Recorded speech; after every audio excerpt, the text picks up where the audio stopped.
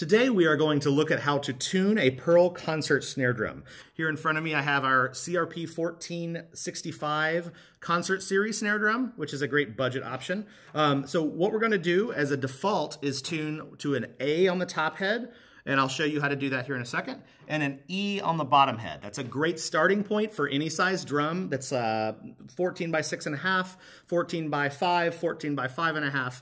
It's a good general tuning. You can go a little lower for a bigger drum or a little higher for a smaller drum, but A and E is a good starting point.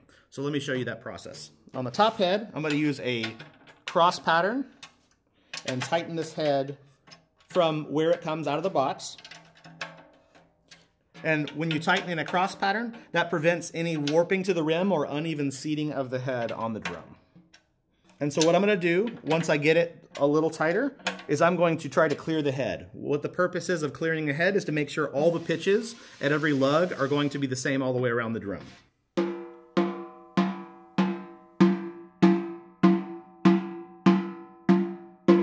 For our purposes right now, that's pretty close, okay? So now what I'm going to do is turn the drum over and deal with tuning the bottom head.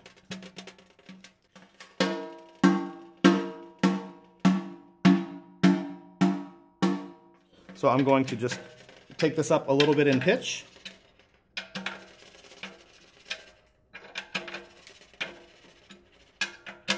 And one of the things on Pearl concert snare drums that's important to know is these snare guide rails here actually adjust the amount of vertical versus horizontal pull the snares have. So you want to make sure to not try to balance the pitch of this area because of the depth of the snare bed. If you try to balance the pitch of this section, you will almost always pull that too far down and it will not be able to do its job nearly as well. So make sure to only pull that down as far as you need to keep it in the same tension, but not necessarily the same pitch as the rest of the drum.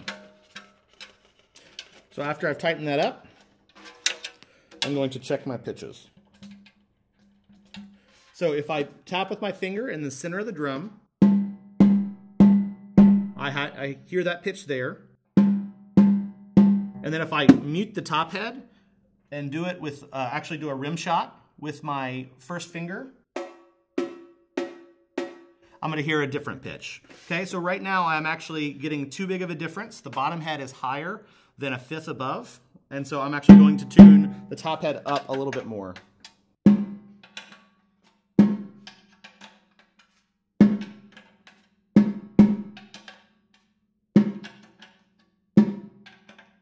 And so I'm just checking the pitch of the drum as I tune it up. So we're a little high on our bottom head, so I'm going to turn that over and just with a few small adjustments, try to get that down to a fifth.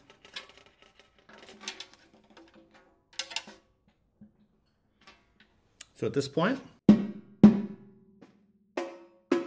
we have about a fifth interval, and I believe this should be pretty close to an A and an E. And so now I'm going to turn the snares on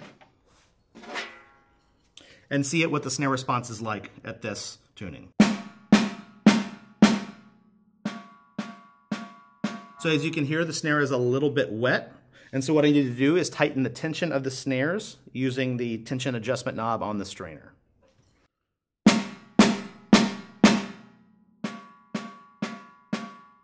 And on the concert series drums, I want to tighten it just enough where I get sensitivity at the low end. If I tighten that too much, I'm going to actually choke off the response at the low end of the dynamic range. So that's a good sounding drum. That is the way you're going to tune your Pearl concert series snare drum. If you are working with a Pearl Philharmonic snare drum, there are actually 3 different types of snares that we need to adjust. The center snare is going to respond best at lower dynamics, the left snare is going to respond best at medium dynamics, and the right snare is going to respond best at high dynamics. So what we want to do is kind of focus our adjustments on that.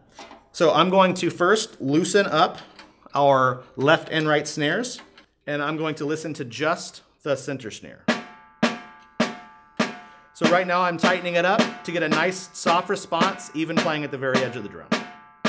Then, as I feel comfortable with that, I'm going to add my left snares, which in this drum are a stainless steel cable. I'm going to tighten that left one just enough to get a nice response at a mezzo forte dynamic range. On my right snare, which on this drum is a coated cable, I'm going to play at a forte dynamic level to try to get that snare tuned in. So with those 3 different snares that all respond well at different dynamic ranges, I'm going to now have an even response from the lowest dynamic all the way to the highest dynamic.